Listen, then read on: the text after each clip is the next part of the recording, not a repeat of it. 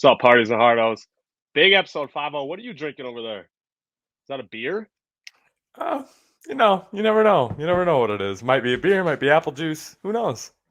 I'm stuck drinking this Gator Light because I'm sicker than a muff right now because I'm dying all by allergies. It's been ridiculous. What was that? Bear with me. Bear with me, hardies and hardos. This might be a long episode for me. I might be hopping in and out, sneezing, coughing. Bear with me. We're going to get this done. We have a lot of fun today. Spinny, tell them what we got planned. We got everything planned today. We got all the people. All the people will be here. We'll be talking about really, really hilarious things. I hope. I don't know. We don't know. We're in the dark today, Boss. We're in the dark. That's gonna facts. be awesome. We absolutely zero idea what's going to be talked about. Zero clue. The guests have prepared their own topics, questions. So we'll see what we're getting ourselves into. But first, the only thing we can control today is this.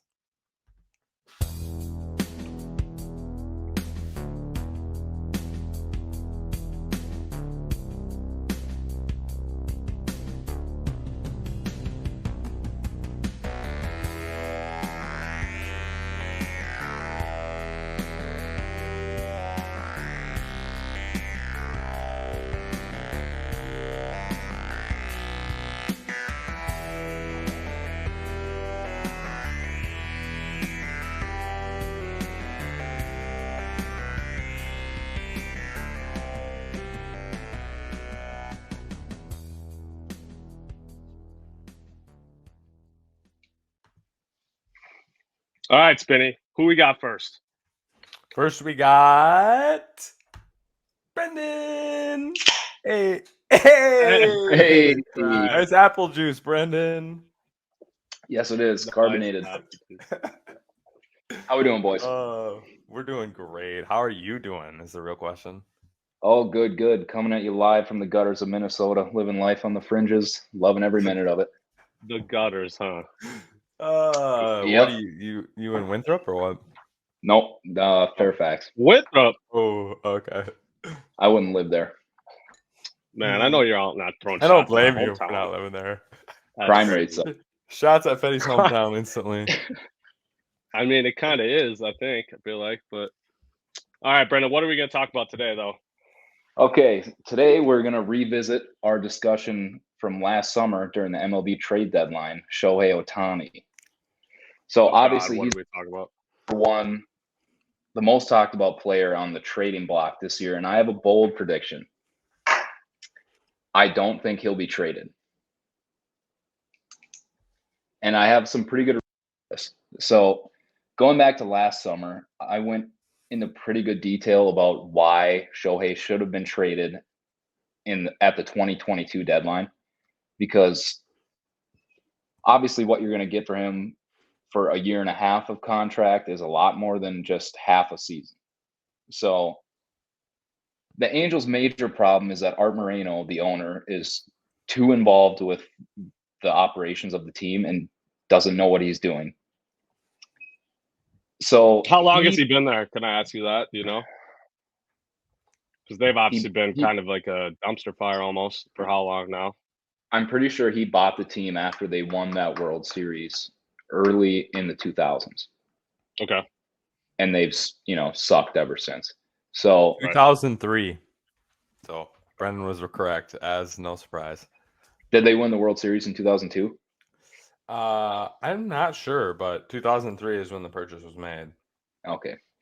Well, you know who owned the Angels before? Disney? Disney. Disney really? owned the Angels. Yes. There's that memory company. 183 mil is what he paid for the Angels, and now they're worth 2.2 billion. Yeah. That's ridiculous. Anyways, continue, Brendan. So Moreno's problem is he thinks he should get a Juan Soto type haul for Shohei, but he thinks he should get that this year. Like, I think he thought that was a possibility leading up to the 2022 deadline. You don't think it is? I don't. So this is his last year on contract, correct? Or does he have one more? Yeah, this is his last year. Just based on that alone, I agree with you then, because someone's not going to trade for him the same haul as Juan Soto if this is his last round contract, with the potential that he doesn't want to re-sign with that team. Yes, Well, unless right. we get a contract agreed to, right? Like a Right. like a sign and trade type situation. Like then maybe a team would get a haul if the contract was on the level they wanted, but Yeah, I don't know. So you have to think of it from other owners' perspectives as well. If I'm Steve Cohen and I'm running the Mets, you know for a fact he's going to be at least in the discussions to sign him in the fall, regardless of whether he gets traded or not. But if I'm Steve Cohen, am I going to give up 6, 7 prospects a season of this guy when my team's already stacked, just to try and sign him to, a $400 million contract in the offseason? Am I going to deplete my farm system to sign him to a long-term multi-$100 million contract? That makes no sense.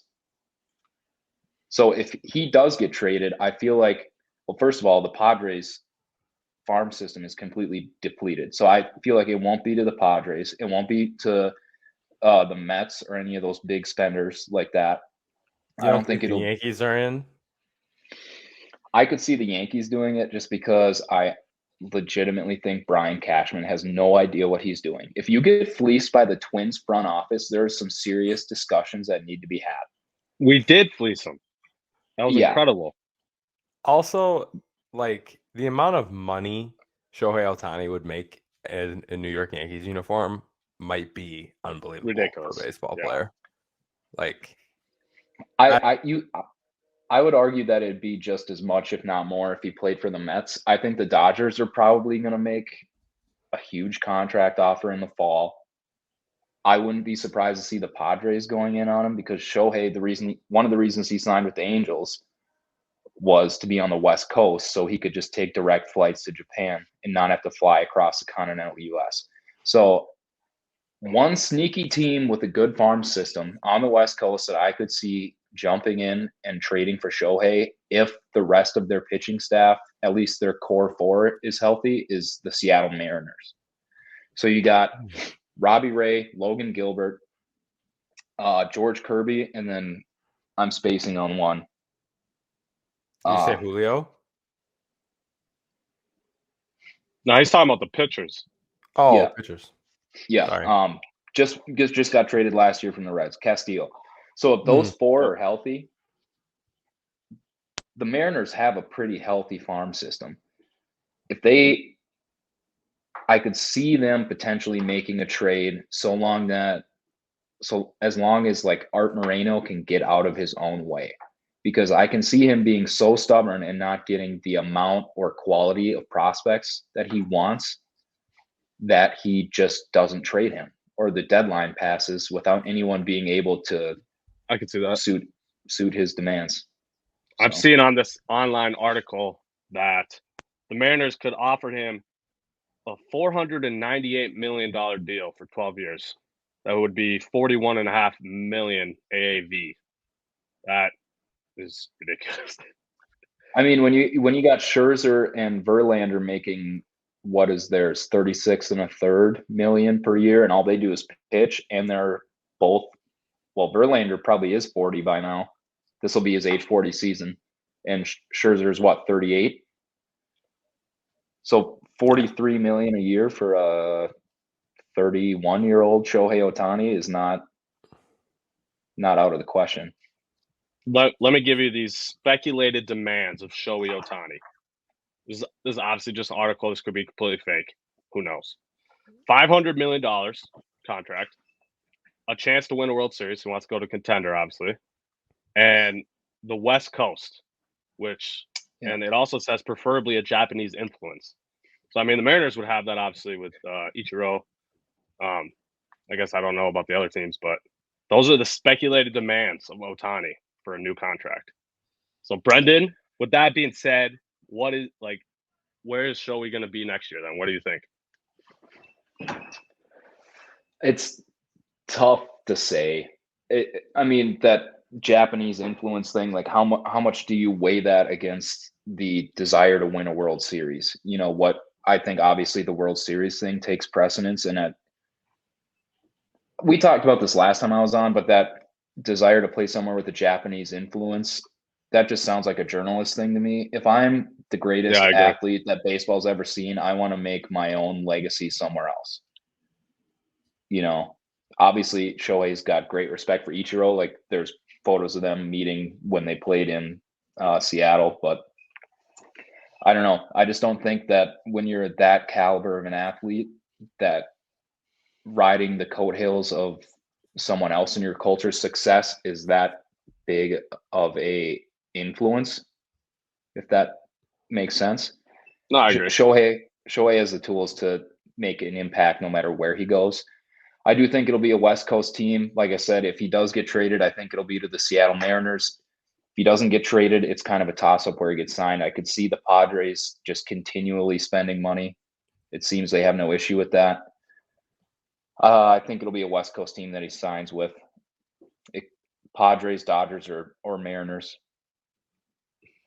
Man, I hope it's not the Dodgers. Let's run with the Mariners. That's what I'm hoping. Yeah, we like the I don't know. Mariners. He looked pretty good in That'd be Dodger. okay. He would. Looked pretty good in Dodger blue. As long as it's not Yankee pinstripe, I'm good. Yeah, I think everybody would pretty much hate to see that. So yeah. Yeah. Agreed, Brendan. That's all I Okay, got for you so guys. you got one question before you leave, and I'm gonna bring it up because I think everyone has an opinion on it, apparently. So give me your opinion of Omaha, Nebraska before you go. Love Omaha, Nebraska. It's a fun town. I've been there probably 5 or 6 times. Never had a bad experience there. Met a nice Canadian girl one night. Great town. All right. Omaha, Nebraska gets a plus from Brendan. We're going to be keeping track throughout the night for ratings of Omaha. We're just going to poll our guests about Omaha and see where we end up. So thank you for being on, Brendan. We appreciate Thanks for you. having me, guys. Love you. Love you. All right. Omaha. What do we think, Bus? Are we going to get how many plus? We know we're getting one more plus, but where do you think we end up? Yeah, we're going to get one more for sure. Yeah. Man, just looking at our list of guests, I don't know if half our guests have ever even been to Omaha. I don't know. It'll be very fun. Who's next? Speaking of that, our next person is the plus to Omaha, and that is Marissa. How's it going? Good. I have to give What's a plus. up? I live here, guys. If I didn't give a plus to True. Omaha, I shouldn't have chose this town. True. That is facts. It is. It's all facts. The only thing that sucks is I can't watch my Minnesota Wild on TV in a bar. That is tough. They don't have Yeah, Bally here. Yeah, well, Bally is Bally bankrupt sucks. now. Yeah. Yeah. So what does that mean? Like Ah, Twins, contingency Wolves, wise, Wild. they are gonna. I feel like because they're still like I'm watching the game right now on Bally, so I feel like they're gonna figure something out. Nobody really knows what's going on, unfortunately. My thing that I want back and my little conspiracy theory is Fox Sports North should like get back into it and just like buy it out again. You know, just do the the whole thing of we bought you out, you're gonna buy us out, and keep going until the end of time. FSN was lit. I'm with that. Yeah. That's the childhood right there. It's the dream. Yes. Really. All right. What do you got for us, Marissa? Obviously I'm wearing my Minnesota Wild. I'm watching the Minnesota Wild, so that's who we're going to talk about. But more or less the fact that they are actually a wagon this year, and I don't care what anybody says right now. They're third in the Central Division. They have like 88 points. Avs got 88 points, and then Dallas has 89 points. There doesn't mean that they're not a wagon. They have scored since Kirill got injured against the Winnipeg Jets from Logan Stanley. Logan Stanley's like literally like 6'5", forced him down into a split lower body injury. It's a groin injury, and he's going to be out right before playoffs. So in those 5 games, though, the Minnesota Wild have scored 24 goals. I've noticed that. That's we had trouble even scoring goals without Kaprizov before, and then all of a sudden our best player gets injured, and all of a sudden we can't stop scoring. So my question is, with that being said, and the trends we've seen even without our best player, how do you guys think the rest of this regular season is going to go? And are the Minnesota Wild going to for sure make playoffs? And then if that is happening, get out of the first round? Okay. Man, I think, Spinny, you have an answer?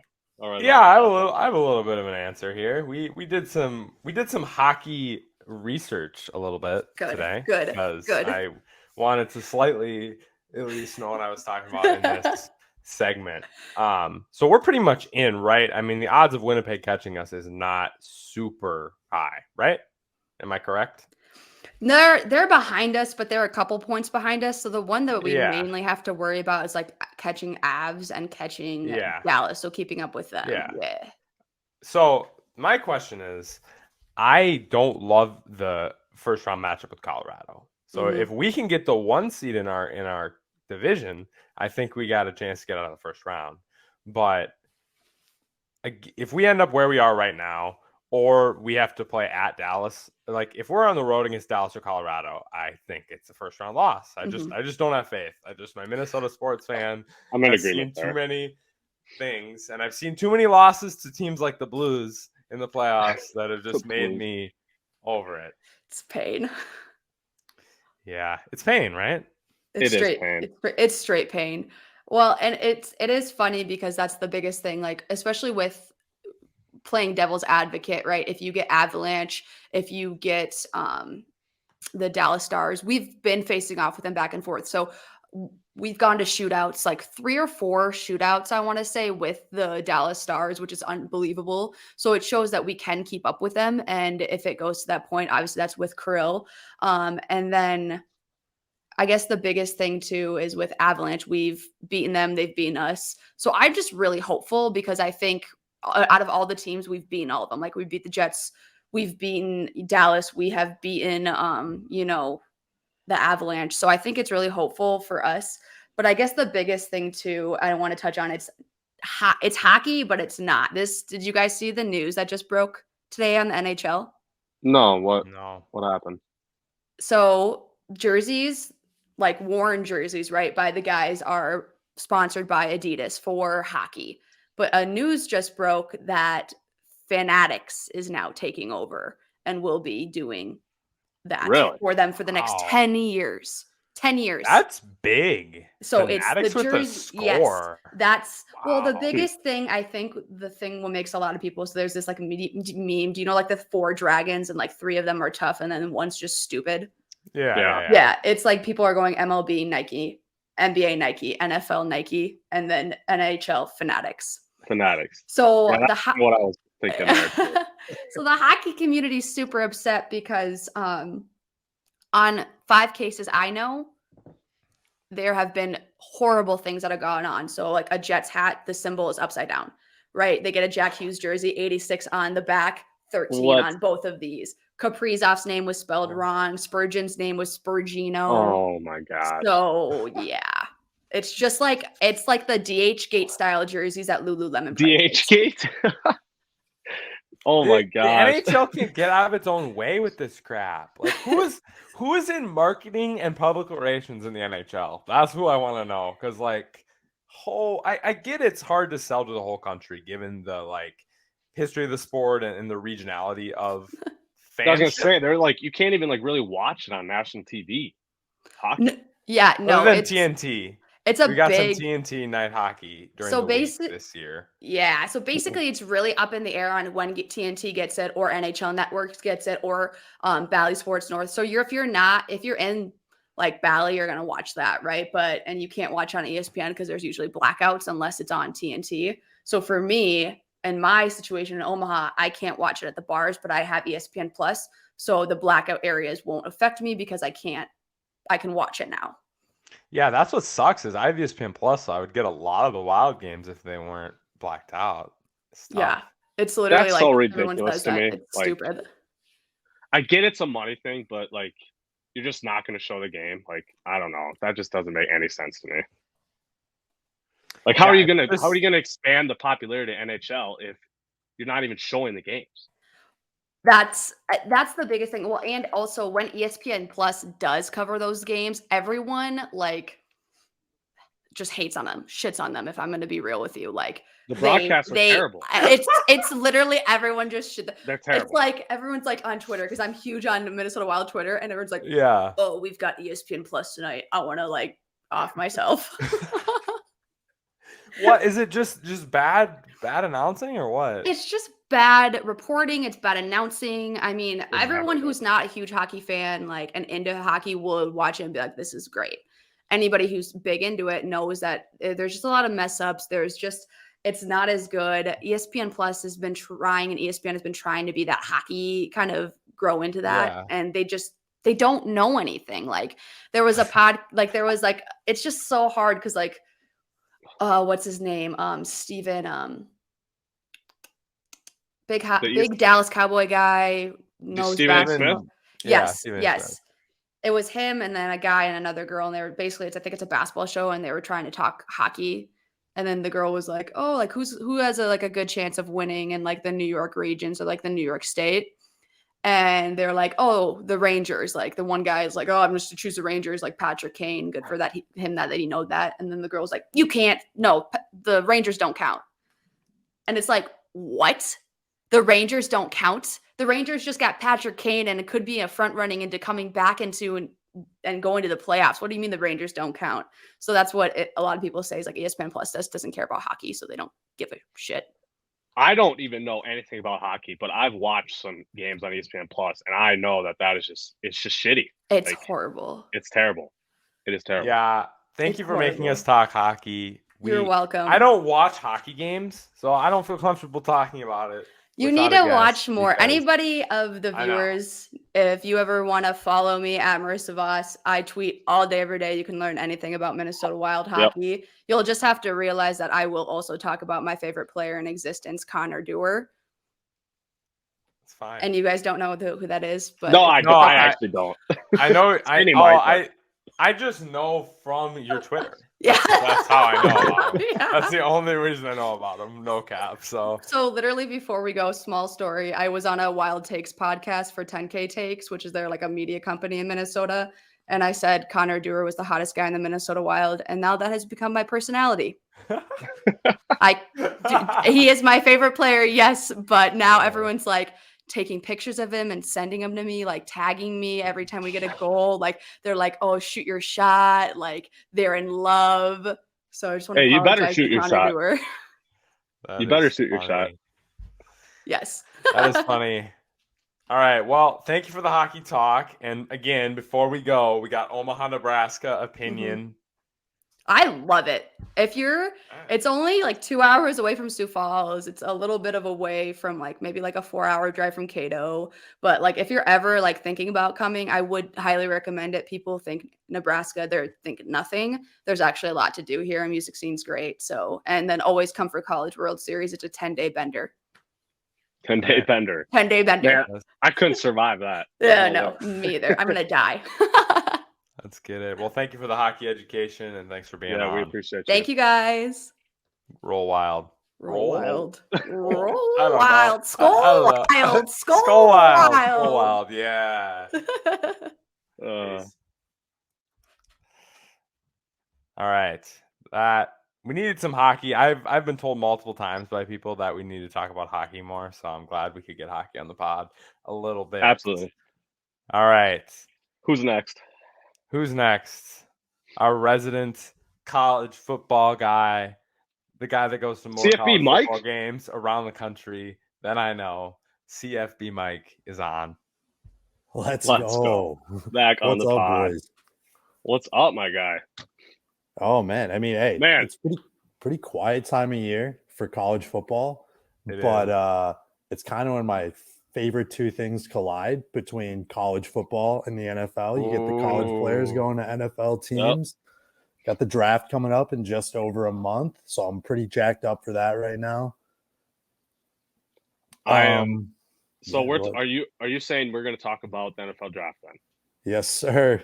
Okay, I was a Oh, little yes. worried you're going to hop on and say we're going to talk about that BBN L to K-State, but I'm glad because Oh, I would have I'm went still a little really depressed down about for talking about that too, honestly.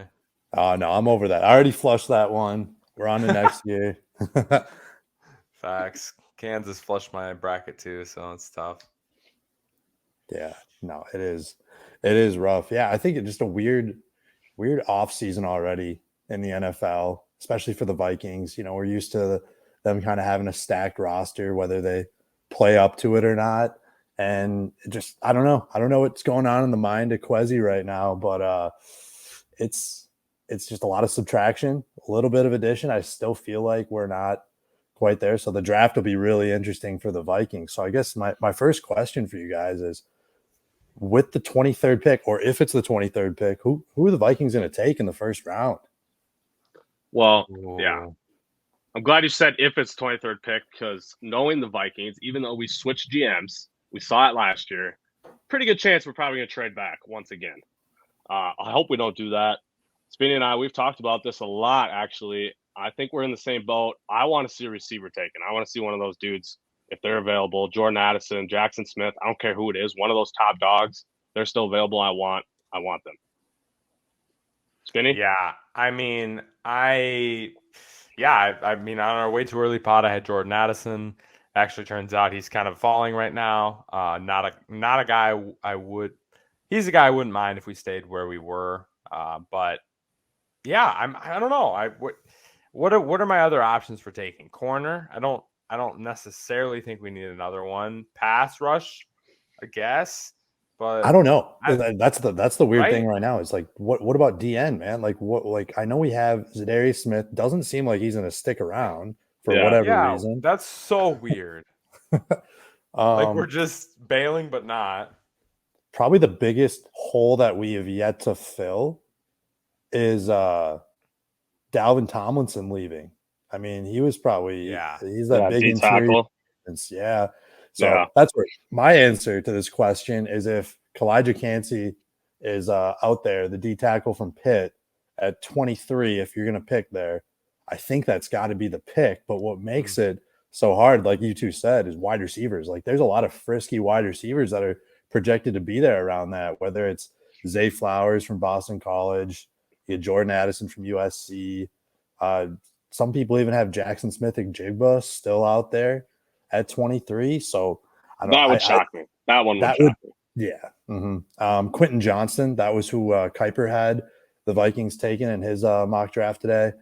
But yeah, I think we saw how bad that defense was last year. Let's try it. It's got to be defense, I think. But it does intrigue me if there's any wide receivers left there at 23. So is that's there a kind of trade the up first guy you'd like to see? Like if we did trade up? So the super weird like quarterback dispersion in this draft. Like we could see 4 quarterbacks in the first 4 picks. I think the first 2 picks are quarterbacks, but then you could see Levis or Richardson fall back. And absolutely. I don't know. So like I think Will Levis can't possibly make it past 8 if he's there at when the Falcons pick. I know they have a lot more holes than we do. So but I still think they would take Levis. But if Levis is gone, I think they would pass on quarterback if Richardson's the only quarterback available there. So that makes an interesting choice for the Vikings. If Anthony Richardson is there and you still have Kirk under contract for another year, he can just set it and forget it. But my problem with that, if you need to trade up, is that we don't have a lot of draft capital this year and we still have a lot of needs to fill. So that's the really, I guess, sexy pick, is to try to get Richardson, whether he's there at 15 or 23 or anywhere in between. But yeah, I don't really think that's in the best interest of it, because we don't have a second round pick because of the Hawkinson trade. But yeah, I mean, the second question is, how many quarterbacks go? Because I think that trade up, you're trading in that 12 to 15 range if you're the Vikings. But I don't know how many quarterbacks are going to go in the top 10 or even in the first round. And I think there's only 4 that should go in the first round. And the Vikings are looking at that 3 or 4, if anything. But if you're going to trade up, that's the only position I think you can trade up for to justify it if you're the Vikings. Yeah, I agree with that for the most part. I think all 4 of those guys are locks going the first round, in my opinion. I don't see anyone else coming into the first round, though. I don't get this Stanford dude. I don't get the talk around him. I know I've seen him in some late first round mock drafts, and I just don't get that. I don't think he's very good. You're not a Stetson Bennett guy, Bus? Not a Stetson Bennett guy. No chance in hell. Hayden Hooker, though. Hendon Hooker, you mean? Or no, Hendon I'm not a Hooker, Hendon sorry. Hooker. not a Hendon Hooker coming off an ACL guy in the first round either. So no, those guys should probably all fall second, third, fourth round, in my opinion. Hot take. I think the Panthers might draft Richardson at 1. That's bold. He was telling me that the other day. Yeah, what do you think of that, Mike? Yeah. That is bold. I just think that you got to take the most polished guy you can if you're going to draft a quarterback at 1, and how much that they took, how much they gave up to give to Chicago. I don't know how you can take a risk like that. I've been sold on CJ Stroud as the best quarterback in this class since watching that game against Georgia in the semifinals. That was absolute masterclass of a game. And again, if the Vikings don't go wide receiver this year and they have a chance next year, maybe Marvin Harrison Jr. There's no way he makes it outside the top 5, but like I'm dreaming, but like Marvin Harrison's going to be maybe the best draft wide receiver prospect since, I don't know, how far back can we go? I mean, he's better than JJ was coming out. He's better than Jamar was coming out. 100%. So it's like you gotta go back to like man. Is it Randy? Like that's the first name Calvin Johnson, right? Calvin Johnson, that's fair. And Julio. Mm-hmm. Julio was guy too. top. He was a top pick. Yeah. Mm-hmm. Okay, so yeah, one of those two. Yeah, but yeah, I've seen a lot of people saying he's the best wide receiver to ever come out of Ohio State, and I mean, you think recent years, there's been some dudes at Ohio State, so that's crazy to even say. I mean, his teammates were even saying, I don't know if it was Jackson Smith, it might have been like Olave or Garrett Wilson, but it was one of those 3 that said he was the best one. So like his own former teammates were saying, yeah, this dude's better than me. Like, yeah, he's gonna be a freak. I can't wait. And then he also got the QBs from next year, who Spinny and I both think are better, and that's obviously Drake May and Caleb Williams, obviously. Yeah, no, for sure. And it feels like the Titans have already mailed it in before the draft this year. It seems like they're already playing for that number 1 pick next year. You know, the last thing they need to do is just ship off Derrick Henry, and they're just in full rebuild mode. So, yeah, absolutely. I think it's crazy. The last thing I wanted to say here is that, you know, the Vikings won the division last year, but it feels like everybody's coming for us right now. Maybe the Packers are a little bit farther behind with a Rodgers deal looming, but yeah. I mean, what do you think about the Bears and the Lions? You know, how much better can they get through this draft? Man, they have made some serious improvements this offseason. Both those teams, they're looking a lot better going into this season. Obviously, the biggest question is, can Fields throw the ball? He has the weapons now. So can he just actually be able to throw a ball? And I guess we'll see. Spinny, what do you think about those teams? Yeah, I mean, you hear about a lot of Lions and Lamar linking, and that would scare me then. Then I'd be genuinely scared of them, and I think they might be better than us legitimately at that point, for sure. So that's a scary thing. The thing is, like, Jared Goff, I don't know. I get it. I feel like he's like 85-90% of Kirk. I feel like that's where we're at. But he is good in tough situations, tough game. Like, at the end of the game, I trust Goff more than Kirk. But I think throughout the whole playing, Goff's about 90% of Kirk. So it doesn't. Diet Kirk. I like Diet Kirk.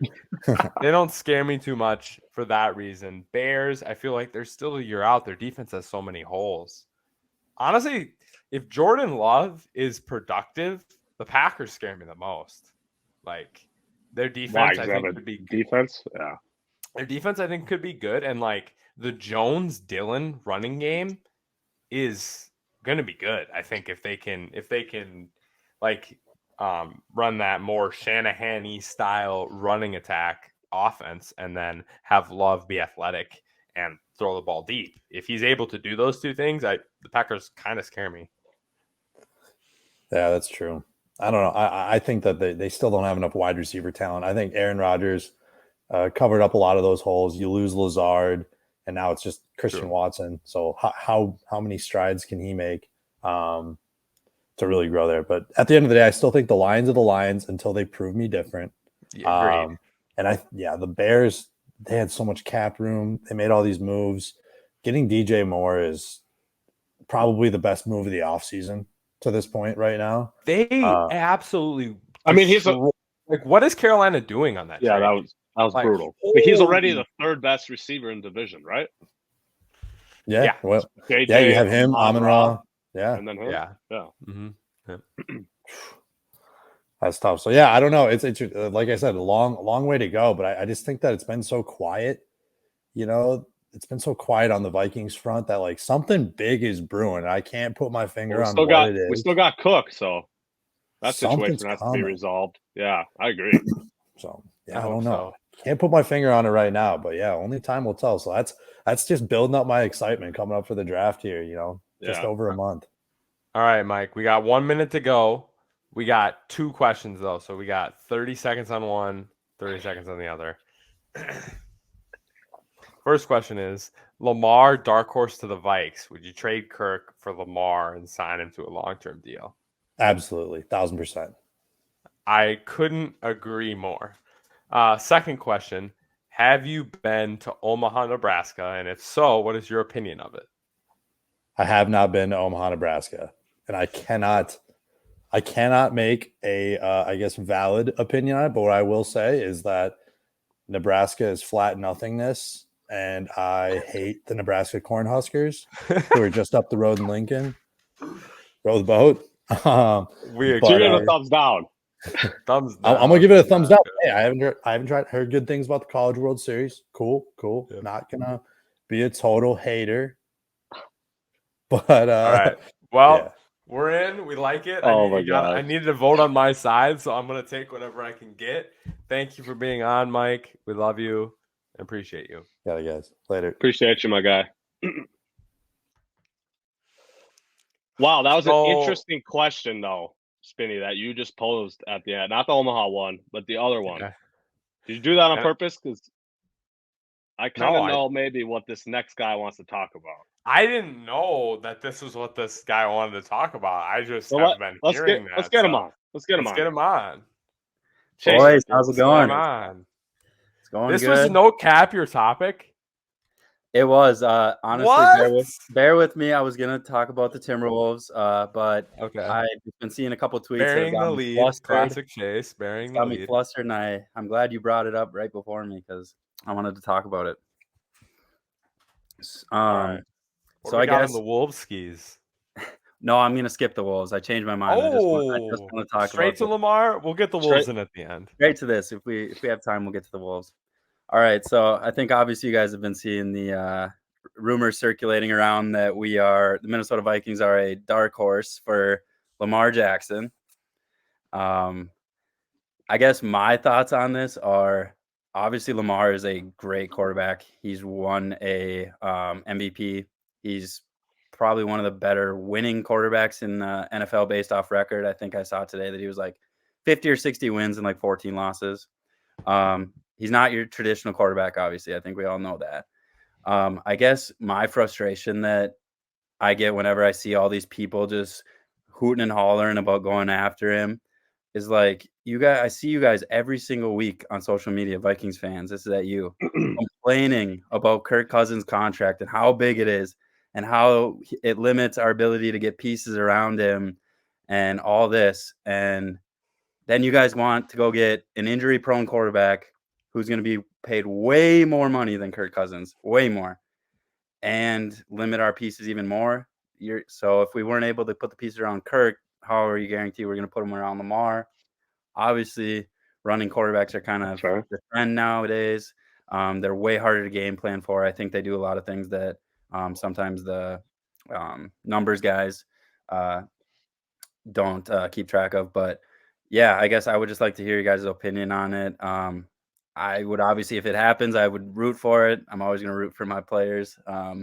But to me, it just doesn't make sense, and it drives me nuts because if there's going to be a 3-4 game streak where Lamar's got 180 yards passing averaging and Jets is not playing well, how fast is Jets going to want out? Then how mad are Vikings fans going to be? And then it's like sometimes the grass ain't always greener. So not saying Kirk is the long-term answer by any means. I just don't want to commit $1 billion long-term to a injured running quarterback. But that was a lot. I feel like your reasons for your opinion are pretty valid. I feel like most of them. I'm with you. The fact you can't really cry about Kirk Cousins and then want Lamar. I mean, I'm with you on that fact because Kirk's played extremely well. Spinny, you can't tell me he hasn't. What Kirk is coming off a career best season. Okay. Do we watch the games or not? Kirk has played well. I will give him. I'm not a Kirk hater. I don't hate on Kirk on Twitter. I actually don't. I am respectful of Kirk. But if you watch the games, Lamar Jackson is a much better quarterback than Kirk Cousins. Like, he might not be a much better thrower, but every aspect of Lamar's game and how he gets yards and moves the chains for his team consistently is much better than Kirk. And yes, there will be games where Lamar has 180 yards passing. He also usually has at least 80 yards rushing in those games. Right. So we're talking like Still still 300 similar. yards. Yeah, still similar production numbers as far as yards gained. And I mean, who knows what our running back situation is going to look like, but I just love the rushing ability for your team instantly that having Lamar creates. And here's the thing, Lamar's accuracy issues that have sometimes happened, like Justin Jefferson is open by 75 million Well, that's what I was going to say. Lamar's had 0 weapons. Right. Yeah, and Kirk still misses him sometimes. Most of the time he's good, but I just don't think, given the separation he creates, we're going to downgrade too much on the passing ability with Lamar. Lamar, Marquise Brown had 1,000 yards with Lamar, and we haven't seen crazy production from that man or an ability to stay healthy. And that's the best receiver he's ever played with. Right. So it's like Justin Jefferson, I think, creates a difference for us in that aspect. Plus, I hate that I'm about to be this quarterback wins guy, but Lamar wins games. Yeah, he Lamar, 2 winning seasons, took his team to the playoffs, and then 8-3, 8-4. Right. His 2 injured seasons. Right. Yeah, no, I definitely agree with all those rebuttals. It's more so just I think my argument and frustration more so comes from just at Vikings fans and like how you can't pick and choose and everything like that. It's like, that's fair. You got to get what you get and deal with it. But yeah, no, that was very good points. I don't know if Buss has any comments on that. I think Buss is off, blowing his nose. He's got a little allergy season going on. It's fun little allergy season we got going on. YouTube exclusive right there. Well, we can quickly comment. I got one little What? I could hear the quotes through the mic. Are you kidding me? Allergy season. Allergy season. Get out of here. I do think the best point you made though, Chase, is the money aspect. Everyone hates Kirk for how much he's getting paid and how we can't seem to put better pieces around him. You're paying Lamar more money. Way more. Kirk. And for longer. So you would run into the same issue.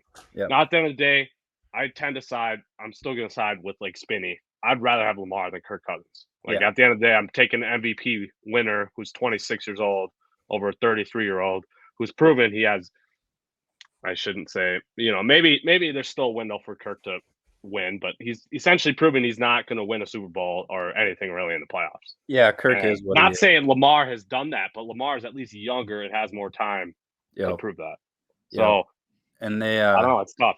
Lamar does the things that you can't, like just the intangible, the things that you can't. Not every quarterback can do, and definitely things that Kirk can't do. So, they're totally 2 different quarterbacks. I would like I said, I would be more than happy if it happened. I would cheer for him. I would hope it works out. I just think it's a big risk. But we got to make the move eventually. Kirk's obviously not our long-term plan. So I do. Oh, one other thing though. I do like how much success Lamar has had with Mark Andrews and with our TJ Hawkinson acquisition. I think that could be a deadly combo. I mean, then you add the best wide receiver in football to that to take coverage off Hawk. I mean, could be deadly. Could be very, very deadly. Well, thank you, Chase. Let's end these. I mean, we still have 2 or 3 minutes here. Let's end the end here. Touch on the Wolves a little bit. Rumors that Cat is finally going to make his return on Wednesday, along with Anthony Edwards from his short week-long or ish absence. What do you think that means then, Chase? Are we actually going to make the playoffs? I know we're right on that cusp of of being eliminated. I mean, we're what? I think we're 7 right now. But obviously, it's so tight. You know, you can lose one game, and all of a sudden you're a 12 seed. So, what are your thoughts on finally getting our guys back? Well, about damn time, first of all. Yeah, right now we're sitting at 36 and 37. We're the 8 seed. We're sitting 1 game out of the 6 seed, 2.5 out of the 5. But we're also only a half game out of the playoff, or from being out of the playoffs. So, like you said, it's a very, very tight race. Half game to 11 seed, then, is what you're saying? Yeah, we would be if we're a half game. Right now, the 10, 9, and 8 seed all are 12.5 games back out of first. So, 9 games left. We do have some games coming up against guys ahead of us, the Warriors, the Kings. I think the Suns are in there, maybe Lakers. So we got to win those games. I'm as far as for your point about the players coming back. I'm still hesitant to actually believe if Cat's going to come back this season. I think he wants to come back. Obviously, if we make the playoffs, I don't see if he's healthy, why he wouldn't come back. But at the same time, he is one of our franchise players. I don't want him to have who just signed a 5-year deal that hasn't even kicked in. We already dealt with injuries all year this year and suffering because of it, and I don't see the West getting any easier next year. So if he's not 110%, and I just don't see why you would rush him back. But like I said, if he's healthy, bring him back right away. I don't think Timberwolves or opponents would want to play the Wolves with those guys all healthy, but you never know. They don't have any chemistry this year. We haven't got to see a whole lot of play between those starting 5. So yeah. So what? Give me your last. Actually, Spinny, we'll kind of wrap it up. I like those thoughts by Chase. Spinny, you want to ask him your sign off question? Yes, my sign off question. Chase Richter, have you been to Omaha, Nebraska? And if so, what is your opinion of it? Thumbs up or thumbs down? Omaha itself, I'll give a thumbs up. It's a nice little area. Got the College World Series, that whole vibe. But other than that time of the year, I give it a big old thumbs down. I've gone on what? You can't pick both. We're not on a. Well, if you're giving specifically Omaha, I'll give it a thumbs up. What do you mean thumbs up, thumbs down? If you're giving me the specific location of Omaha, I'll give it a thumbs up. If you're asking me about the state, trash. Flat, gray, dead grass, boring, terrible. Don't know how anyone lives there. Disgusting. Wow. It's roast Nebraska time. I'm giving that. Chase's vote doesn't even count after that. So we're getting 2 up, 1 down for Omaha and moving on. Thank you, Chase, for being on. We love you. Absolutely. Congratulations on the 50th episode, guys. That's awesome. Thank you, sir. Yes, sir. Peace. See ya. 2 up, 1 down, but Mike hasn't been there, but I'm still counting it. And 1 not vote from Chase. I don't know what that was. Yeah, thumbs up, thumbs down combo from Chase. Expect nothing different from Chase. Yes. All right. Now who's up? Who's next? Man, we're just flying through today. We're gonna take a little juice break sip, and then get our next guest on here. Connor Forbrook, what's going on? Yeah, yes, he's got the merch going. Bus didn't even show up with the merch on today. It's tough. It's because I wore. Do I still hold the record for trivia? Yeah, Bus. For guest points. Does Forbes have the guest point trivia record? Oh, the black looks good. For one appearance or overall, you're saying? I think overall. Yeah, overall. You still have a 1-point lead. Yes. Go. Who's second? That's huge. Otherwise, I was gonna ask for impromptu little trivia, just so I can get my numbers up. Ooh, I'm down for that actually. Oh no, it don't need to be official. We're good. Okay. It's potentially a 2-point difference here. Either way, you're up by 1 or 2 on CFB Mike. Mm-hmm. Let's go. Spinny. My first topic, that bet we have. It is coming down to the wire. I just heard you guys talk with Chase about the standings of the West, and the Wolves, man, they look like they will be they'll be in the play-in games, but Yeah, it was we're tough there hoping for a little not. bit. That's a big L for me if they are. But the sixth, Can we six hear the bet? Golden State at 6 and New Orleans at 12 are only separated by 2 games. So 6 through 12 separated by 2 games. Lot to still be going.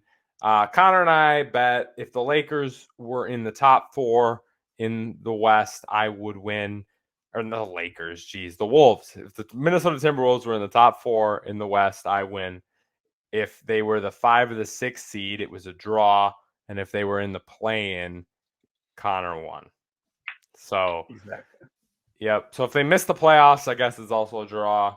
But yeah. So With it's looking Cat right and now. Ant coming back, you gotta like your chances a little bit. A little bit, I do. I think it could be possible to sneak into the 6th seed. I mean, at least I hope so. But yeah, it's tough. It's looking tough right now. I don't have faith. I got some other NBA discussion topics. You guys still you still think Scoot Henderson's gonna be the second overall pick in the NBA draft this year? Or do we like Brandon Miller a little bit more now? I'm not. Yeah, I was gonna say I'm not sold on Scoot being number 2. I guess it all depends on how the NBA teams view Brandon Miller playing college ball compared to Scoot playing in the G League, right? Obviously, we saw Jalen Green. He went second overall, didn't he? He came out of the G League. So, yeah, I don't know. I'm not sold on it. I think it's going to come down to the lottery, obviously, and what team lands at 2. Because I feel like more teams have a guard right now than an elite scoring wing like Brandon Miller. I like Brandon Miller more right now than I'd like Jabari Smith Jr. coming in to the draft last year. And everyone was really high on Jabari Smith, and obviously he went, 3rd or whatever. But I like Brandon Miller more. I think Brandon Miller will instantly be better than Jabari Smith. I'm very high on Brandon Miller. Instantly. Yes. Whoa. Well, I mean, if you look at the games, Jabari, other than this last month and a half, he's not done anything this year. He's been it took him a while. But now he's showing his flashes. You've been seeing him get better throughout the season. 100%, for sure. I still like Brandon Miller more just because of the fact that I like Brandon Miller's college game more than Jabari's college game. I think Brandon Miller's better right now in college than Jabari was. So that's why I naturally am going to favor Brandon Miller then. Yeah, I think Brandon Miller could do a little bit of, as fair or unfair, I think he could potentially move into that 2 spot, at least partially based on his performance the rest of the tournament. Like, if he's balling out and scoring 30 in games and taking them, to the championship Final Four type of situation, it could definitely help when Scoot's injured and not playing. I know I'm not the biggest hot take guy, but I think Ooh, we got a little sound issues going for you, Connor. Oh, really? Yeah. Maybe just give a little adjustment. It's just a little light or a little sound blur going on.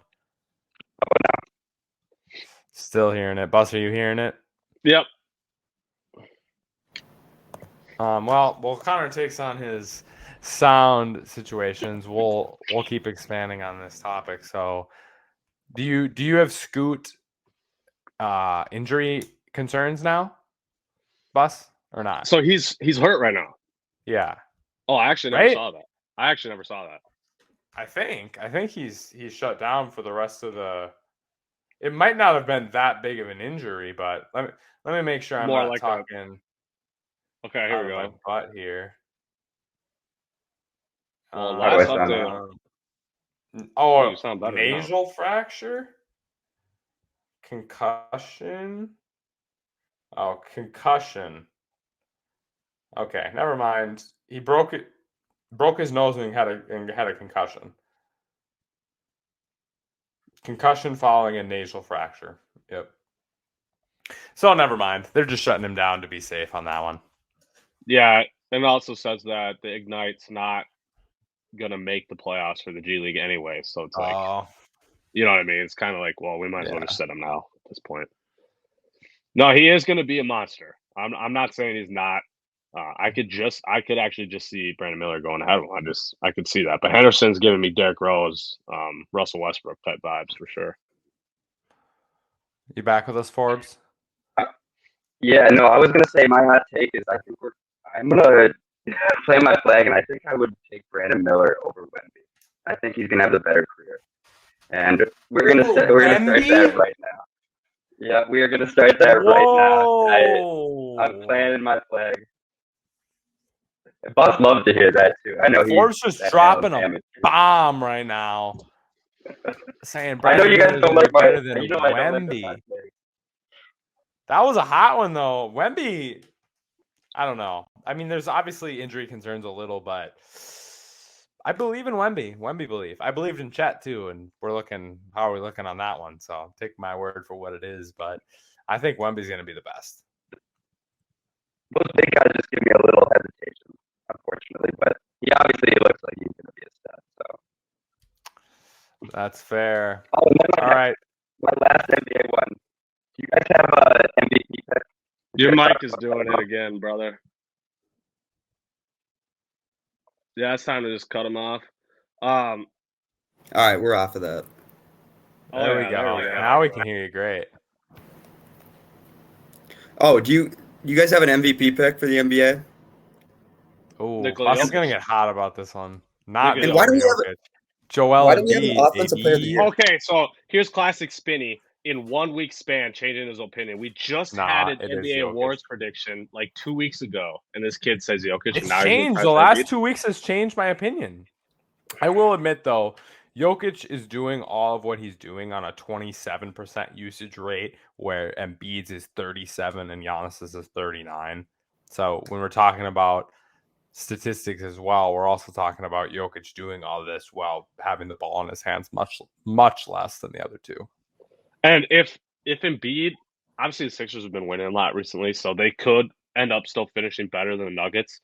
But if the Sixers had a better record than the Nuggets, then I could accept it because it's that close of an MVP race this year where it might just come down. Don't the Sixers have a better record than the Nuggets? Do they now? They might now. They might actually. I mean, technically by half a game. Sixers are 48 and 23.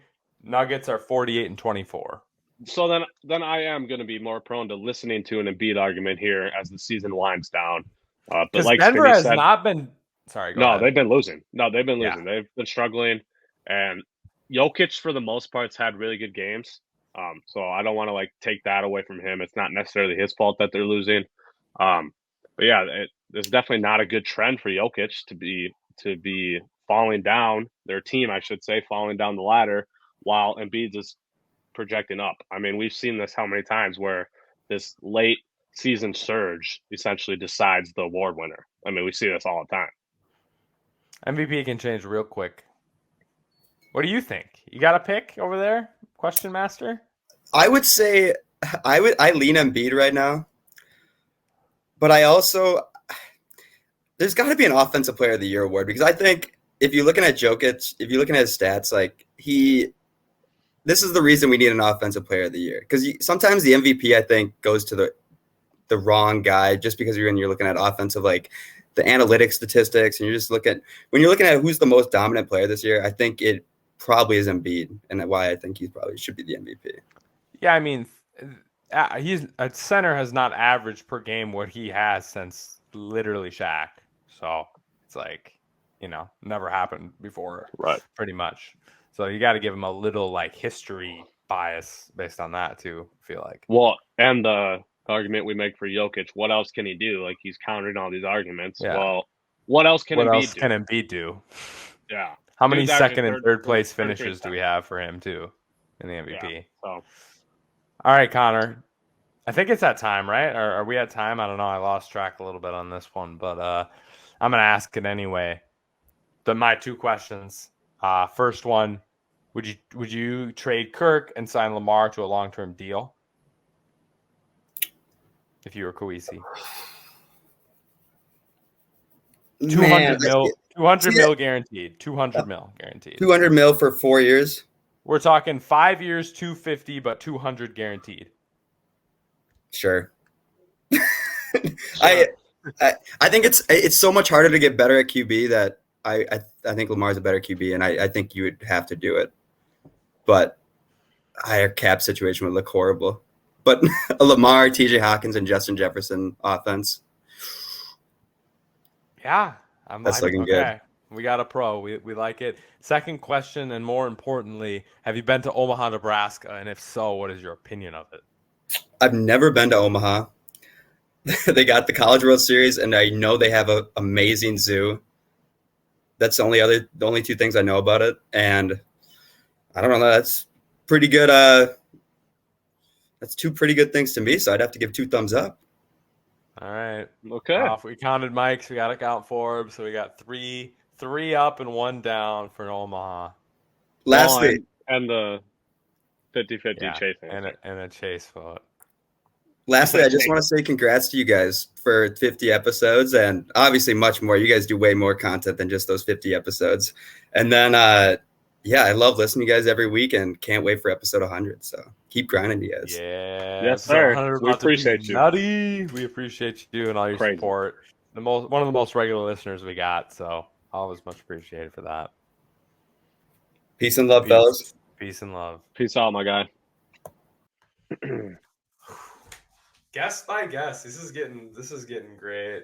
It's So awesome. Omaha's getting the love. Gosh, It's getting the love. I pretty much have to go 2 for 2 on these last 2 on negs for Omaha to get out of it. Also, so you don't like Omaha? Is that why you're asking? No, my Omaha experience was not good. Oh, okay. It was really, really meh. So yeah, Okay. I don't know. We'll see. I was trying not to give my bias until the end, but then I just slipped and did it anyway. So, we should move on to our next guest, Yes, sir. Bring him on. Been on quite a few times. I think NBA, right? We got our NBA analyst here, Trevor. What's going on? What's going on, boys? Speaking of that, I was just thinking to the lead up. I was thinking of our past pods, and the last one we did was the NBA kind of pre rankings.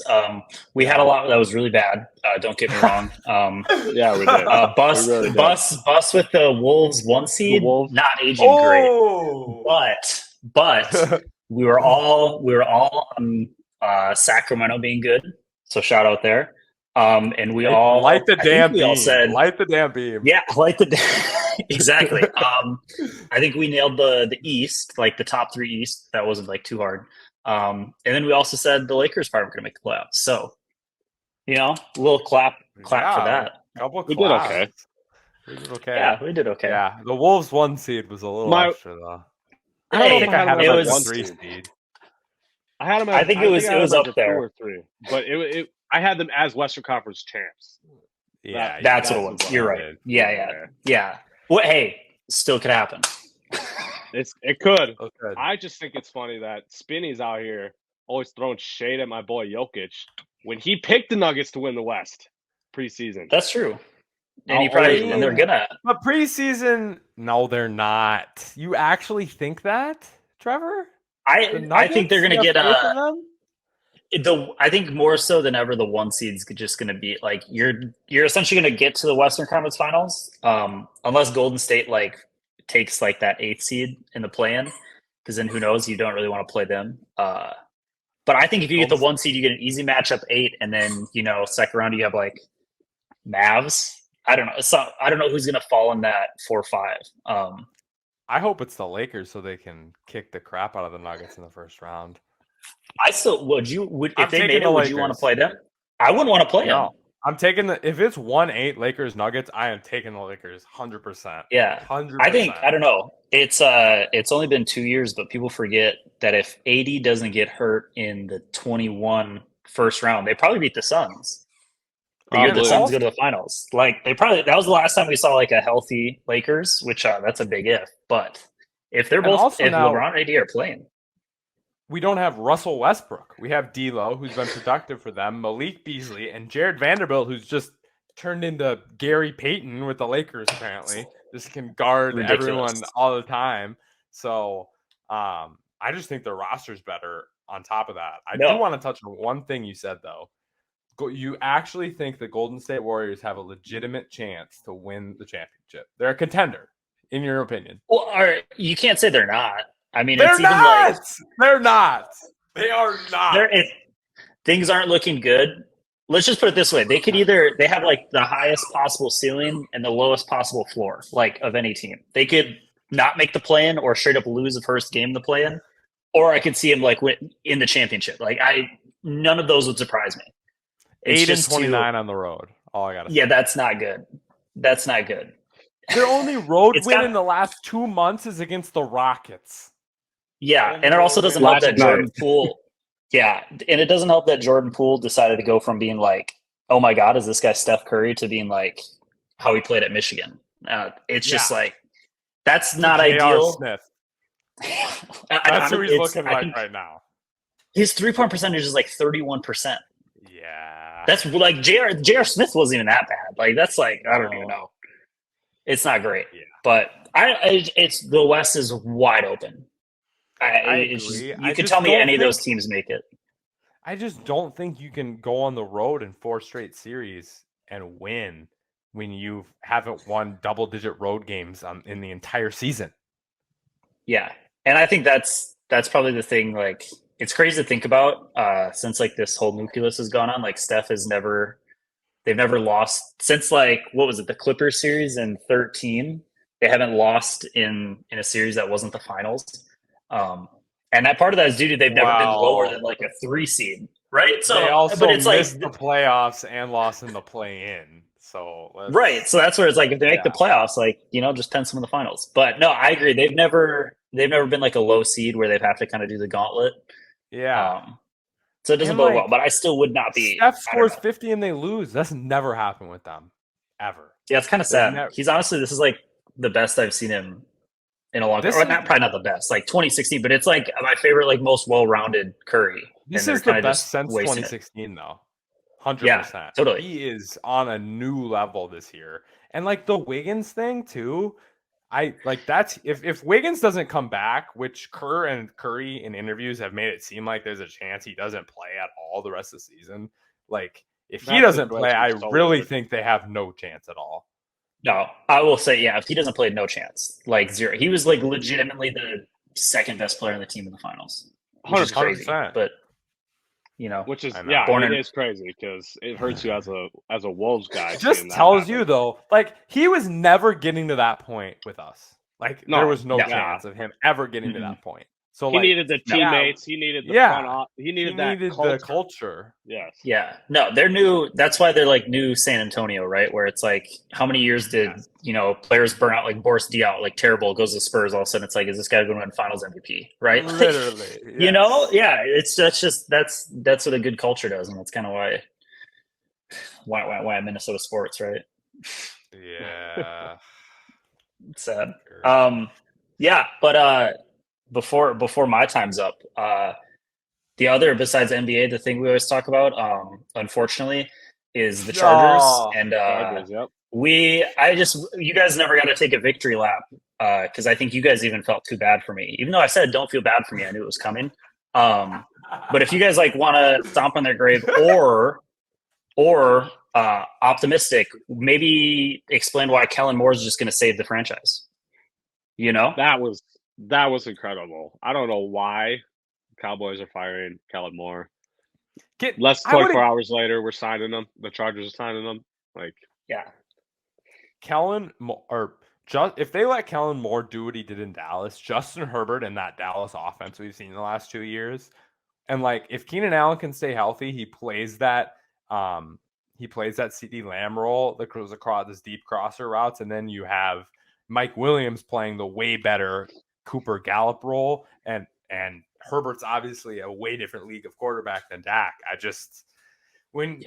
All the stuff they've went through, like obviously they had weapons in Dallas, but all the changes and Dak being mid and having Cooper Rush and having 2 top 5 offenses 2 years in a row, I would have fired Mike McCarthy before I fired Kellen Moore if I was Jerry Jones. Yeah, Mike McCarthy's just got to be like the best like glue guy. I don't know, for whatever reason, owners are just like, should we fire this guy? He's terrible. And they're like, nah. It's got to be everyone else. Literally, just got to be everyone else. Somehow he's tenured for like 6 years. But no, I'm hyped for them. Defense makes me a little nervous. I have to ask you one question.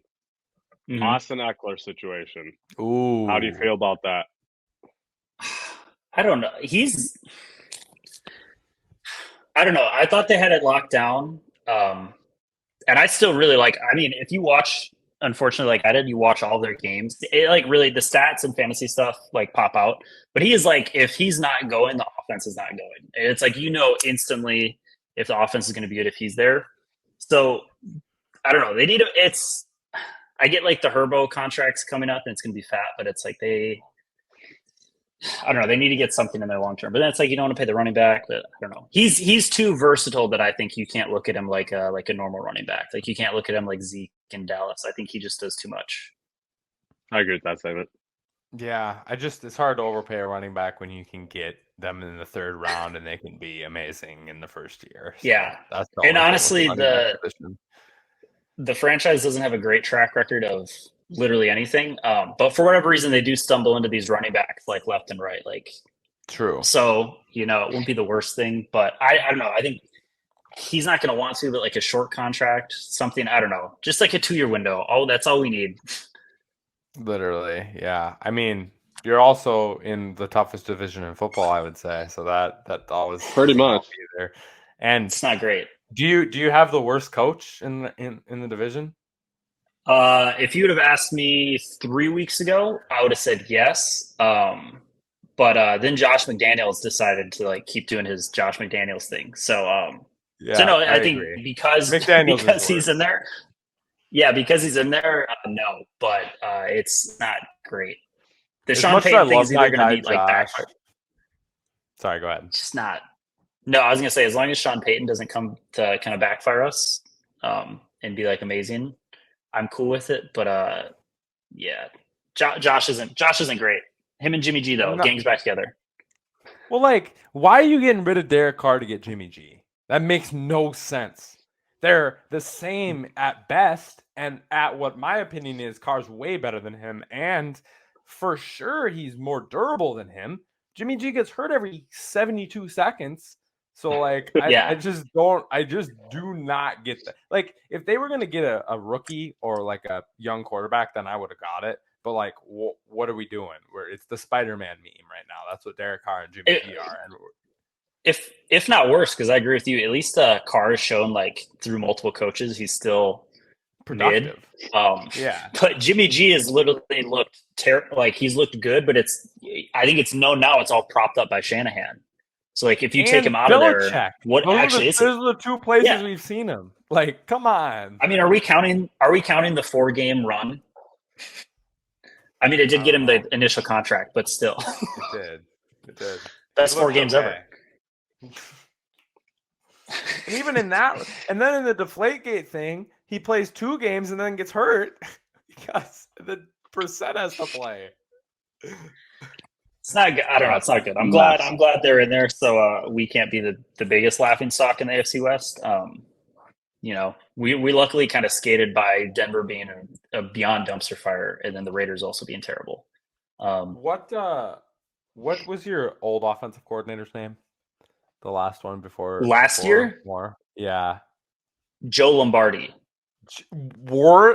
That's the thing too. You're not going from mid to good. You're going from 28th best offensive coordinator to top 3, top 5. Do you guys remember on Billy Madison, Steve Buscemi's character has the hit list, right? Joe Lombardi's number 1 for me, right? that was so bad. He literally killed Justin Herbert last year. It was so bad. If I texted you every game, anyone who texted me during a Chargers game last year, I uttered the sentence, F Joe Lombardi, I literally hate this guy. That's how bad it was. Just so bad. Awful. When we'll come in, we'll do our QB tiers hopefully again, because that pod was a lot of fun. Yes. Oh, that was another one. We all called Jalen Hurts being good. Shout out us. True. So we all said, I don't think we said he was MVP, but we did all say give him another year. But anyways, when you do that again, I'm gonna bust out the Herbert stats, and that's when you really get to see this dude was throwing on average his throw distance was 5 yards, which is criminal. Joe Lombardi should be in jail. That is criminal. It's like it's playing Justin Herbert like you have Kirk Cousins. It's unbelievable. Even Kirk was like had enough guidance to be like F it, Jefferson out there somewhere. Like I would loved if Herbert could have done that sometimes, but like it's too nice. He's got to get like an attitude. Can your receivers stay healthy? Yeah, that's a big if. Yeah, it's a huge if. And also, I don't love the defensive situation. Love Eric Kendricks, the signing. I don't know. Is J.C. Jackson just not good now, or what? Well, he like blew out his patella, right? So like that's unfortunately like a 16-month injury. So nice. I don't know. And then in the like 3 games he played, it wasn't looking great. And cornerbacks that get huge contracts don't exactly have the best track record of holding up that value. So I'm not thrilled about that. But defensive minded Staley, right? Yeah, hopefully. I think Kellen Moore will fix Staley's ineptitude on offense, or the offensive ineptitude overall. Hopefully. I think so. I don't know. Hey, KC has won 2 Super Bowls just being like, defense, we'll figure it out when we have to. True. So I don't know why we just don't do the same thing. Fair. Before you get off, my 2 questions I've asked everybody. If you're not a Vikings fan, so this will be almost better. If you were the Minnesota Vikings GM, would you trade Kirk and sign Lamar to a 5-year, $250 million contract, $200 million guaranteed? So we're giving $200 million guaranteed to Lamar, 5-year contract. Would you do it?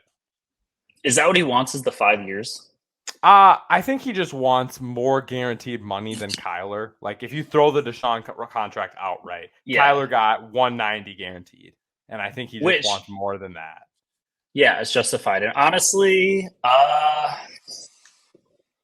in normal scenarios, yes. But I'm gonna float. I don't think I've floated this scenario to you yet. I'm just 100% convinced Rodgers is just trying to one up Favre. So 1 year left on his deal, 1 year left on Kirk's deal. Like, let's just do that next year. I'm cool with that.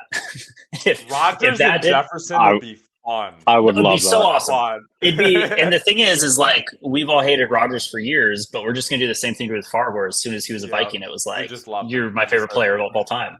Yeah. But otherwise, I would screwing the backers over. Yeah. What's not to love? But I think Lamar is worth it. I think this whole thing's weird. Like Atlanta, Washington. You haven't had quarterbacks forever, and you know how hard it is to like land an MVP caliber quarterback in his prime. It's like you can't just roll the dice in the draft. Like it's insane. I saw a funny meme where it was the Family Guy scene where he's offering Peter. He's like, "Hey, you could have a new boat or this mystery box." And it was Lamar Jackson was the boat, and then Anthony Richardson was the mystery box. And like, he's like, Lois, we could get the boat, or we could get this mystery box. It could be a boat, right? And like, that's like, what's the logic? Is like we could literally it could be a boat. Yeah, like it's like, well, why should we get Lamar? We could draft this guy, and like he could be Lamar. It's like, what do we? I don't get it at all. And they gave up DJ Moore and 2 firsts for a shot at that and guy, 2 seconds and 2 seconds, and you wouldn't give 2 firsts for Lamar Jackson. It's insane. There's your especially franchise like Carolina and Washington. Who's the best quarterback in the history of the Washington franchise? Robert Griffin for 1 year. Honestly, Heineke's peak might have been higher. Like Kirk. Like that's what we're talking about, and it makes no sense. Other than Mike Vick, you never had a good quarterback in the Ryan was slightly above mid for 15 years, but you have Pitts and Lamar and Drake London's another perfect Lamar. It's just like I don't know. I just no. But to answer your question, I think I would probably say no, just because Kirk has 1 year left, and the defense isn't like. There's a lot of gaps that need to be filled in the defense, and having a quarterback chew up 50% of your cap probably not the best move. But it's they should entice it for sure. That should be like a long conversation. That's fair. Okay, second question, final. Omaha, Nebraska. Have you been there, and what's your opinion of it? I've never been. My in-laws have gone to the College World Series, and they said it was awesome. Like, it's actually like one of the best sporting events I've been to, but I've never been. So I'm going to blanket statement. Everywhere else in Nebraska I've been sucked. So I'm going to say probably sucks. Let's go. That's okay. So Probably. I'm on the Omaha's mid, in my opinion. Experience there wasn't great. But did you do the College World Series, or what were you there for? No, the volleyball coaches convention and the national championship semifinal. The Final Four for volleyball was at Omaha this year. So that's what I was there for. I was there for like a week. A bunch of people but it was just me. Like everything closed at like 9:30. 10. Yeah, it was just like, what are we? Even like the downtown bars closed at 1. It's like, what are we doing, Omaha? I think it's one of those where it's literally not cool for 350 days out of the year. It's kind of like Indianapolis, right? When the combine or like the Final Four is not in Indianapolis, like why would you go to Indianapolis? But if that's there, then it's cool. And probably when the College World Series is at Omaha, it's probably cool. I also went in December, so like it was like not a great 30, 34. Terrible time to go. Terrible time when it was like, I was just gonna say when we got ripped through like the biggest blizzard in the country in like a decade. Yeah, not the best timing either. But all right, we thank you for being on. We appreciate you, and I appreciate it, boys. Yes, congrats on 50 episodes. It's been awesome. Appreciate that. You, sir. We'll get you back on for Herbert being not in the top 5 from the tiers. I don't know. We'll see. I might move him up just because you said that. I'm gonna find enough propaganda to put him at like 2. Let's go. All right. Peace boys. All right, see ya. Are we down to the last one? The last one. Guest of the evening. The man that puts us on the radio is here, finally joining the pod for the first time, but we've spoke to him about sports quite a bit. Mr. Al Travis is on the pod. Are you how's it going tonight? Oh, I don't go anywhere without my music, boys. Oh, we got the music. We got the cigar coming out. I can't believe you hold me on this long so that Spinny can sit there on his 3rd apple juice. And I'm sitting here second apple juice. I've seen you've had 3. I don't know how you cracked up those apple juices, by the way. But thanks for having me. I'd like to say thanks to Marissa, Brendan, Chase, Forbes, and Trevor for being my opening act. I appreciate them taking the time to do that for me. You're all right. What do you got for us today, Al? You got something? You said if you're going to come on, I have to have a question for you all, and I have it. And it's too bad the rest of those guys aren't still here because thank God I showed up. My question is, why is your generation screwing up all the sports my generation made fantastic? And now you got to get in there with your whiny ways to ruin them for us. And I have examples. Don't just roll your eyes at me. Baseball. All of a sudden, we get to the 9th inning. We got to put a guy on second base. Spinny and Fetty can't spend more than 2.5 hours on a baseball game. They got things going on. Baseball's too boring. Well, thank you. And this is my point. Somehow we got to liven the Americans' pastime up because you have gotten yourself all hooked up on watching little videos that take 8 seconds on a reel or whatever you people call them. Now you can't wait for a pitcher to pitch the ball. We got to put a stop clock on them. Why do you got to ruin baseball? It's America's game. You did it. You guys are doing it. All you people I've just been following. You're doing it. I think we're making it better. Except the runner on second. That part is stupid, but the rest of it's making it better. Oh, I'm with you, Al. Thank you, Fetty, because your generation's, let's go football. Football. There was a time when real men played football. You scored a touchdown. You know what you did? You hand the football over and you went away. You guys need choreographed dance routines at the end by everybody on the stupid team. I get a defensive touchdown. Wait, I got to stand in the end zone until all my buddies come down and we pretend to row the boat and play merry-go-round. You know what's going to happen next with you people? They're going to not have money to pay Kirk Cousins his whole contract because they got to hire a dance instructor to come in and teach the guys new steps.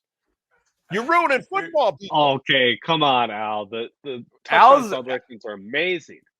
Al wants the no fun league back. The no fun league where you just gotta what I don't get is if you didn't like it, then don't join it. We made football what it is. We made America's pastime baseball what it is. And then you people come in, It's not entertaining enough. Somebody dance in the end zone because you did your job. You made a Called touchdown. evolving the game, Al. Evolving It is the the game. game. It has nothing to do. It's the reason the game evolves. We can't even play defense anymore. Ooh, he was really close to me when the ball came to me. You got to throw a flag, and they throw a flag. That's because you people got to have 65 points in a game, or it isn't a football game. Why you ruining it? You're telling me you enjoy a 10-7 football game better than a 38-35 Yes, football I game. do if the defense is there. It's the same thing, and I'm going to throw basketball at you too. You're screwing that up. Take the All-Star game. It's got to be 180 to 175 now. You know why? Because we can't play defense. Someone That's might the get All-Star game. Games. What's the All-Star game is what you guys have ruined basketball. Why is basketball scoring up as high as it is anymore? Because you guys won't let them play defense. You go back to the 70s, watch a little Michael Jordan action. These people hit each other in basketball because it was a contact sport and no one whined. You people whine as, oh, don't touch me. I got to shoot a three-pointer. Three-pointers? I grew up, they didn't have no three-pointers. You know what? You want to shoot a shot way back there? You better make it because your coach will be on you. You people are ruining sports. Should we just tag this segment Boomer Opinions, Al, or what? Is that the point we're at? You think that this is me? Go ahead. I'm a boomer. I was there when I was there when football became a thing. I was there when we had basketball and it was real basketball. Boomers, call me boomer. You want to ruin something? Go ruin soccer. You know why you can't ruin soccer? Because it already sucks. You don't even know how to ruin that. Oh, I scored a touchdown. Run down and I'll skin on my knees. Oh, let me take my shirt off. What is that?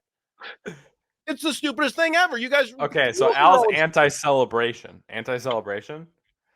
If I'm going to pay you, $15 million, you're not paying anybody anything. Who's buying the tickets? Tickets didn't cost like they do now because I got to pay for this cheerleader gal to teach the guys how to do dance steps. That's the reason tickets cost so much. I don't go to Viking games anymore because you can't afford them. I used to go, you could bring your own beer in. That was the game. Don't you look like you never had a beer, mister? Go have another apple juice. Don't tell me what you got in your glass. Apple juice is only on this pod, and no, I'm just kidding. But call Boomer, call whatever you want. Now, tell me, stick up for it. You got Ja going out there with a gun at a strip club, and you're like, oh, that's 8 games. It's nothing big. What the heck? You kick his butt out. Okay. Kick him out? That's Stop.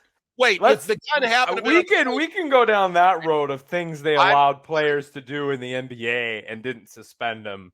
You know what we didn't do? We didn't put it on our social media so people knew about it. Is he that stupid? He literally put the picture on his own move, but thank you. But we can't get by with it. He did. We can't talk about that. That was almost worse in your day than it was now. Can we talk about Karl Malone being allowed to play 20 years in the NBA and that the whole extravaganza? Like, come on! Like, we can talk about much worse things than. But you can't stick up for one thing I brought up. You can't even stick up for it. Yes, I can.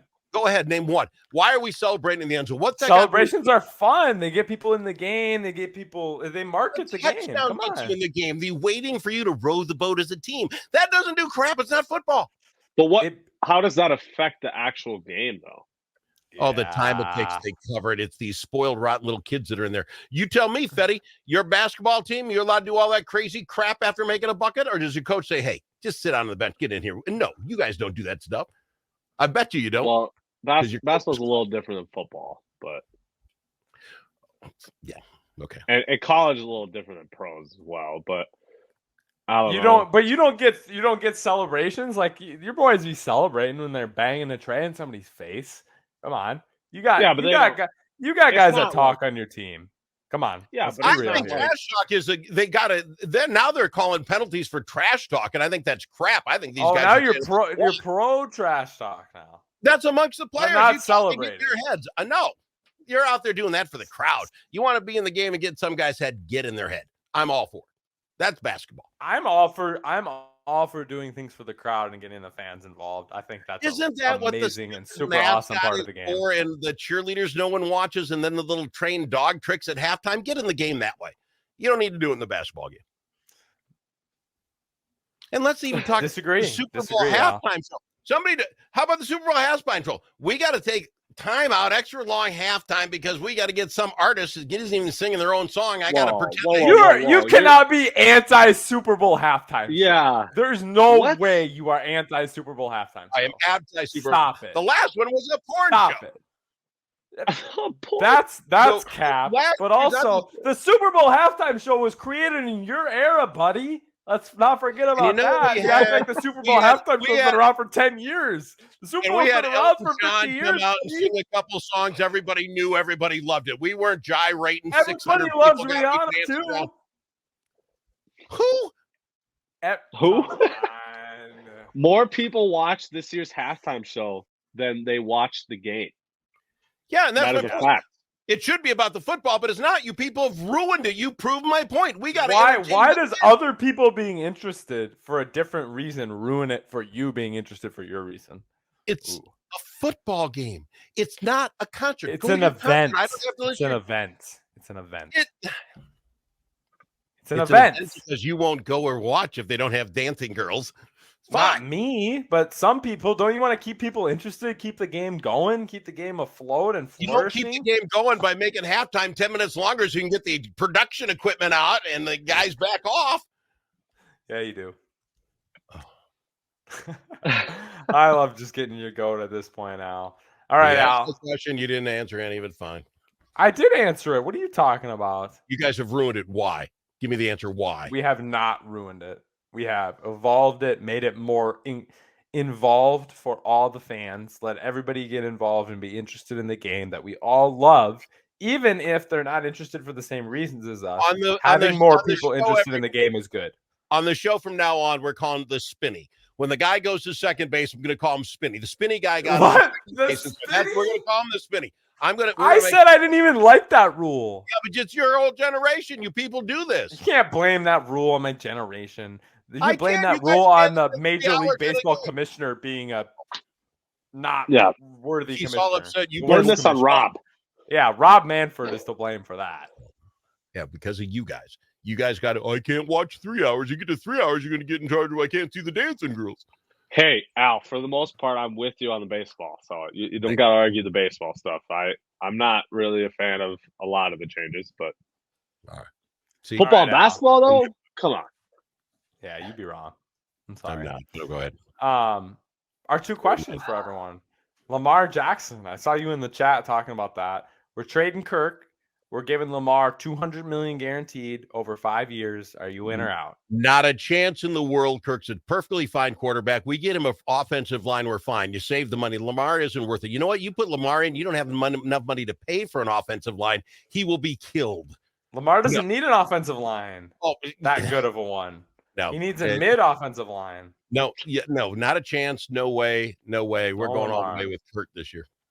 Okay. Wow, that's a bold take. Second thing, Omaha, Nebraska. Been there, in favor or opposed?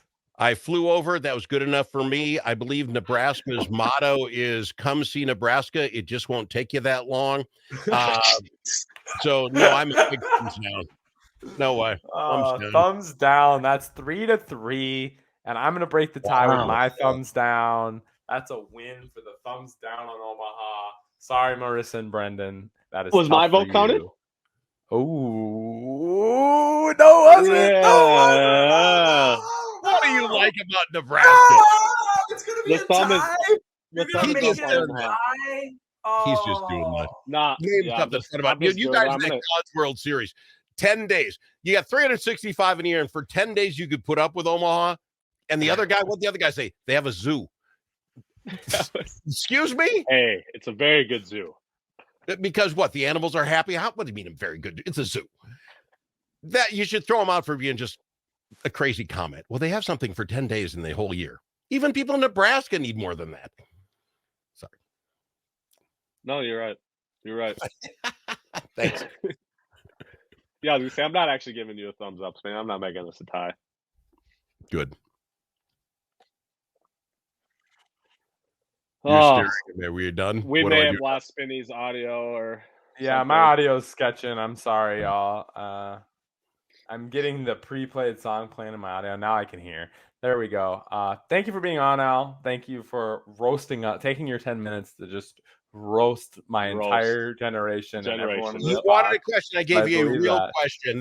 Will Embiid be the MVP? You know what? He's going to be the MVP because he's the best player. But Embiid. We got an Embiid vote. oh, absolutely. All right. We like it. Well, thank you for being on, Al. We appreciate it. all our viewers, let's check out the Al Travis show. I come what on with stations music. are I you on? leave with music. KDHL out of Faribault, WJON in St. Cloud, KDHL. Did I say that's in Faribault? KKBJ in Bemidji. All right. All our Minnesota people, check it out. Thank you, Al. Thanks, Al. All right. Holy moly. Spinny, did we do it? I think we did it. We did it. Episode 50. Big shout out to everyone that came on. Also, a big thank you to everyone that didn't come on and couldn't I was make just it. gonna say I'm gonna name drop them here. Okay. We got Dan Gutzmer, Spencer Landsteiner, Connor. I'm not even gonna attempt to tell me Connor's last name, so I can't pronounce it. Gio and Brady. Connor? What other Connor? Steve Folt, or however you say it. Oh, What do you mean, Theofold. what other Yeah. Connor? Al's our last guest, Al's son. Also, that's our lovely connection there. Great Yes. man. And also Ron George as well. Fisk. Did we say George Fisk as Oh well? yeah, George Fisk and George Aaron Boyceman Sletta. as well. Aaron Boyceman. Also awesome people that just couldn't make it out tonight. So big thank you to them. Bus, before we go, I would like to ask you one quick question here. We'll have our own little Q&A, I guess, at the end here before we go. All right, but I swear, if you ask me anything Kentucky related, man, I'm gonna slap you through the screen. Talk to me about one NCAA tournament storyline, team, upset, something. Give me one thing from. I know you watched literally every game, pretty much. So give me something that you watched. Yeah, I pretty much watched every game. That is a fact. Tons of upsets. I just think the fact that there's only 2 number 1s and 2 number 2s in the Sweet 16, that's pretty incredible to see. Just everyone's just dropping left and right. And then also the Purdue second 1 seed to ever lose to a 16 seed. I mean, that's very historic loss by them, and it makes sense. You're so centered around Zach Edey. I mean, we talked about this on our March Madness preview about how we didn't have any faith in them because they're just too focused and too centered around Zach Edey. You take him out of the game, you make their guards shoot and make threes, which they're led by freshman guards. That's exactly what FDU did. They're like, shoot it. I dare you. Like, we're taking Edey out of this game. I dare you to actually hit shots consistently. And they didn't. And that's why they pulled the upset off. So, yeah, that one really shocked me, but I loved watching that game because I hate Purdue. Yeah, that was a fun one. Kansas disappointed me in my bracket, so that was tough. The Princeton. That's a storyline. Really well. I mean, man, when you can win games against Arizona and who they beat in the second round, Mizzou. When you can win games against 2 usually really high up basketball schools with one lineup that consists of 5 white guys, you're doing pretty good. So shout out to Princeton and their shooting ability, their staff, their offense, and all their players. Like, no matter, that was a joke, but not even including that, how they've played really well as a team throughout the tournament, and their shooting has been really impressive. Yeah, that's crazy. Are we going to see another 2 years in a row, a 15 seed in the Elite 8? That'd be sick. We might. We very well might. All right. Well, that was the 50th episode. The 50th episode extravaganza, y'all. Let's get it. We got it. We're done. We're out of it. 50, man. We're sharing That's it up crazy. on social media. All our peeps will be lighting it up. Had a lot of cool guests on today. So again, thank them. A lot of funny, great topics. So thank you for everything. And we appreciate all the Hardies and Hardos and everyone listening to this. Please like, share, subscribe our stuff if you're interested in it, if you like it. Even if you're only listening once in a while, just hit that subscribe and hit that notification button on YouTube there for us to get us more views. We appreciate you. 100%. All right, y'all. We'll catch y'all next week. Peace and love.